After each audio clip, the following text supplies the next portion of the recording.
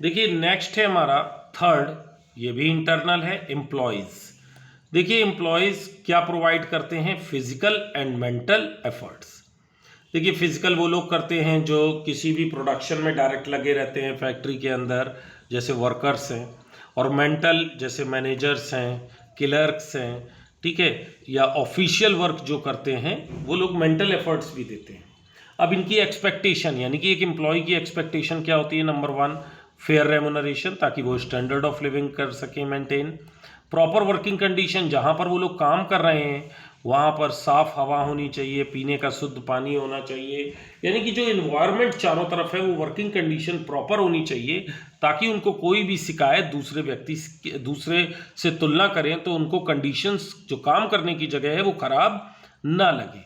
Opportunity in growth in career, एक ये चीज़ बहुत इंपॉर्टेंट है। कोई भी एम्प्लॉय जब किसी भी ऑर्गेनाइजेशन में काम करने जाता है तो वो ये चीज़ जरूर जानता है कि उसके अगर वहाँ पर वो काम कर रहा है तो उसकी ग्रोथ होगी, आगे वो कैरियर में बढ़ेगा। तो यानी कि अपॉर्चुनिटी उसको जरूर मिलनी चाहिए ताकि वो ग्रो कर सके। Fourth one is social security and welfare. What is the meaning of social security? कई बार ऑर्गेनाइजेशन में काम हम गवर्नमेंट और प्राइवेट में क्यों करते हैं? देखिए गवर्नमेंट में काम करते समय हमें बहुत सारी सोशल सिक्योरिटीज मिलती हैं, मैं डिस्कस करना चाहूँगा। पहला है पेंशन। रिटायरमेंट के बाद गवर्नमेंट अपने लोगों का ख्याल रखती है और इसीलिए वहाँ पर उनको पेंशन मिलती है, जबकि ये देखा गया है बहुत सारे प्राइवेट ऑर्गेनाइजेशन में पेंशन नाम की कोई भी चीज़ नहीं होती है, नहीं मिलती है। इसीलिए लोग ज़्यादातर हमेशा अट्रैक्ट होते हैं गवर्नमेंट जॉब की तरफ। Next one is social securities में हम और समझ सकते हैं प्रोविडेंट फंड, ग्रेचुटी, ऐसी तमाम सारी चीज़ें, मेडिकल बेनिफिट्स हैं, बहुत सारे लीव उनको मिलती हैं, जबकि ये प्राइवेट सेक्टर में उतना उनको नहीं मिलता है। तो ये एक्सपेक्टेशन होती है कि उनको सोशल सिक्योरिटी और वेलफेयर उस ऑर्गेनाइजेशन से मिले। Share of profits and participation in management. देखिए शेयर ऑफ प्रॉफिट्स, एम्प्लॉय को प्रॉफिट्स में से कैसे हिस्सा मिलता है? अक्सर देखा गया है कि इसको हम टर्म देंगे बोनस। दिवाली के समय पे अगर कंपनीज बहुत बढ़िया प्रदर्शन करती हैं तो वो अपने एम्प्लॉय को प्रॉफिट्स में से एक हिस्सा देती हैं, दैट इज कॉल्ड बोनस। अब ये कंफ्यूज मत होइएगा, share in profit shareholder को भी मिलता है, शेयर इन प्रॉफिट एम्प्लॉयज को भी मिलता है। जो शेयर होल्डर को मिलता है वो डिविडेंड कहलाता है, जो एम्प्लॉय को मिलता है वो बोनस कहलाता है। एंड पार्टिसिपेशन इन मैनेजमेंट, ये बड़ा अजीब लग रहा है, ये ओनर नहीं है फिर भी पार्टिसिपेशन। देखिए कोई भी व्यक्ति के किसी भी ऑर्गेनाइजेशन ग्रोथ और डिग्रोथ की वजह केवल एक ही होती है, वो है उसके employee. Basically employee are the assets of the organisation. एक एम्प्लॉय एसेट्स होता है और जितना बेहतर जिस कंपनी का एसेट्स होगा उतनी ही वो ऑर्गेनाइजेशन ग्रो करेगी। इसका क्लियर आप एग्जांपल देख सकते हैं, इन्फोसिस एंड सत्यम। इन्फोसिस के जो एम्प्लॉय हैं दे आर बेस्ट, उनकी क्वालिटी बेस्ट होती है, भारत के अलग अलग जितने भी इंस्टीट्यूट से हैं वो लेकर के आते हैं और उनका पार्टिसिपेशन भी रहता है मैनेजमेंट में। मैनेजमेंट कई बार डिसीजंस उनसे पूछ करके भी लेता है, तो इससे ऑर्गेनाइजेशन की ग्रोथ ही होती है। Next one is supplier.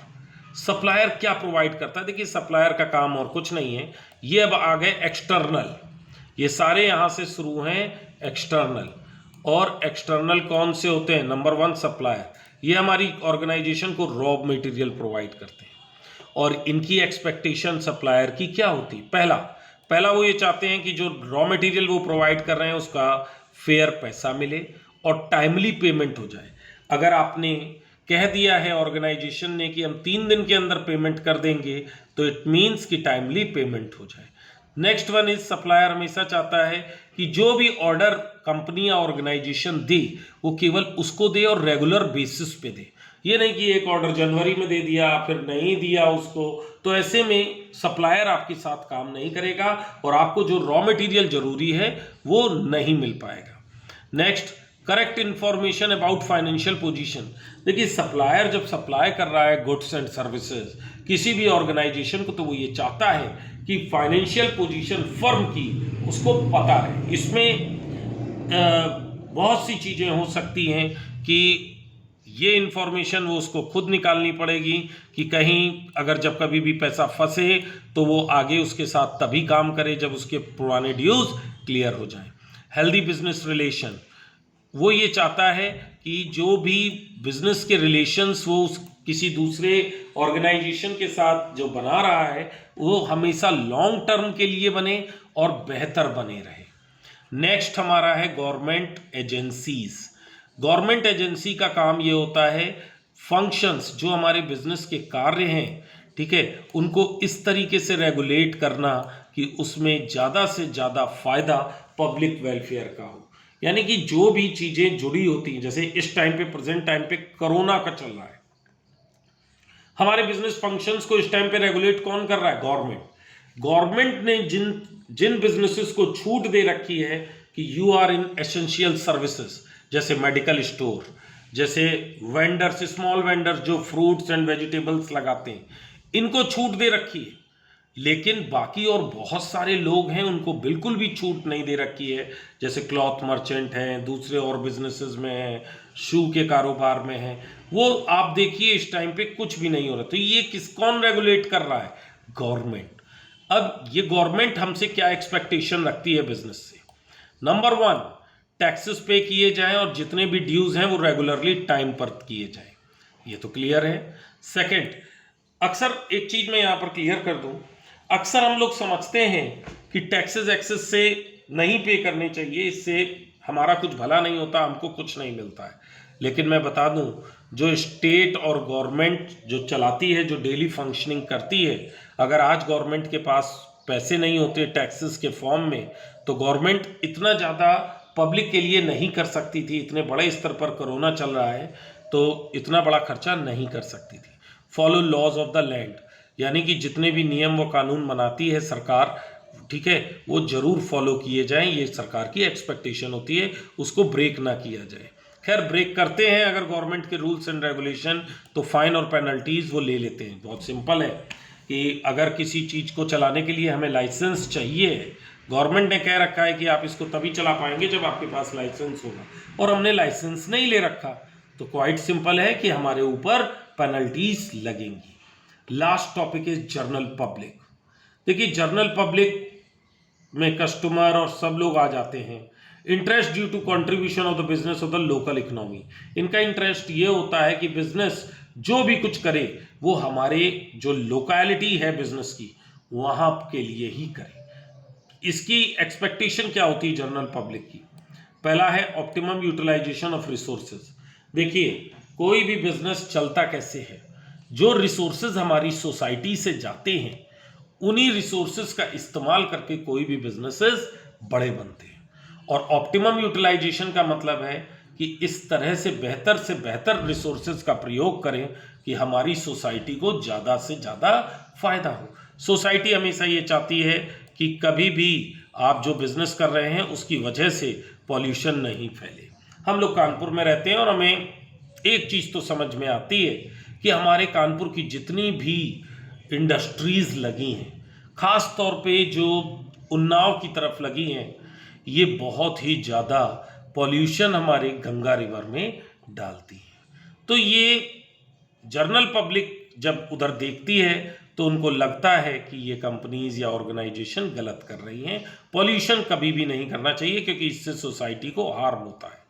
Next, society में एक और सेक्शन रहता है, that is called weaker section of the society. Weaker वो लोग होते हैं जो बेसिकली कमज़ोर लोग होते हैं। कमज़ोर कैसे? वो लोग जो आर्थिक स्थिति यानी कि इकोनॉमिकली वीकर सेक्शन होते हैं, और जनरल पब्लिक की एक्सपेक्टेशन रहती है कि कंपनी जब बहुत ज़्यादा अर्न करे प्रॉफिट्स, तो इसमें वीकर सेक्शन ऑफ सोसाइटी के लिए कुछ ना कुछ करे। Provide balanced regional development.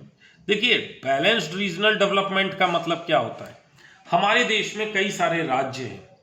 कुछ राज्य बहुत आगे हैं जैसे गुजरात और महाराष्ट्र, और कुछ राज्य ऐसे हैं जो बहुत ही पिछड़े हुए हैं जैसे यूपी और बिहार। तो जरूरी क्या है? जो जर्नल इंटरेस्ट के लिए है उसमें ऐसा होना चाहिए कि जो रीजनल है, क्षेत्र की जो असमानताएं हैं वो खत्म हो जाए। हमें फैक्ट्रीज या इंडस्ट्रीज या ऑर्गेनाइजेशन ऐसी जगह सेटअप करनी चाहिए ताकि पिछड़े इलाकों में, ताकि वहाँ के लोगों को लोकली रोजगार मिल जाए। बहुत से लोगों को हमने देखा है कि बिहार से निकलते हैं, यूपी से निकलते हैं और भारत के कोने कोने में जा कर के एम्प्लॉयमेंट सर्च करते हैं और वो लोग वर्कर्स के तरीके से, इन्हें माइग्रेट वर्कर्स कहते हैं।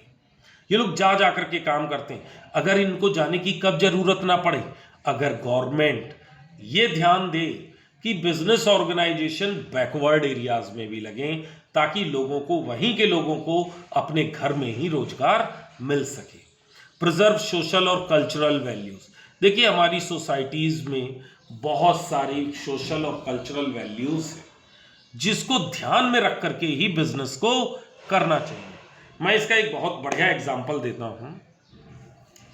लंदन में एक कंपनी ने एक चप्पल पे भगवान की फोटो लगा दी और उसकी सोच ये थी कि जब कोई इंसान उठेगा तो वो सबसे पहले उठ करके भगवान के दर्शन करेगा जो उसकी स्लीपर्स में उसको दिखाई देंगी।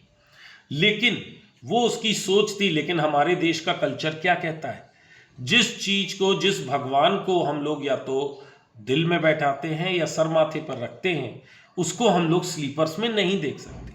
उस कंपनी के उस प्रोडक्ट का बहुत जबरदस्त विरोध हुआ और कंपनी को अपनी गलती समझ में आई कि उसने अपोज टू पब्लिक पॉलिसी काम किया है। उसने तत्काल से माफी मांगी और उस प्रोडक्ट को मार्केट से तुरंत वापस ले लिया। तो हमको ध्यान रखना चाहिए बिजनेस करते समय सोसाइटी और जो कल्चरल वैल्यूज हैं हमारे ऑर्गेनाइजेशन में को जरूर ध्यान रखना चाहिए कि उनको फॉलो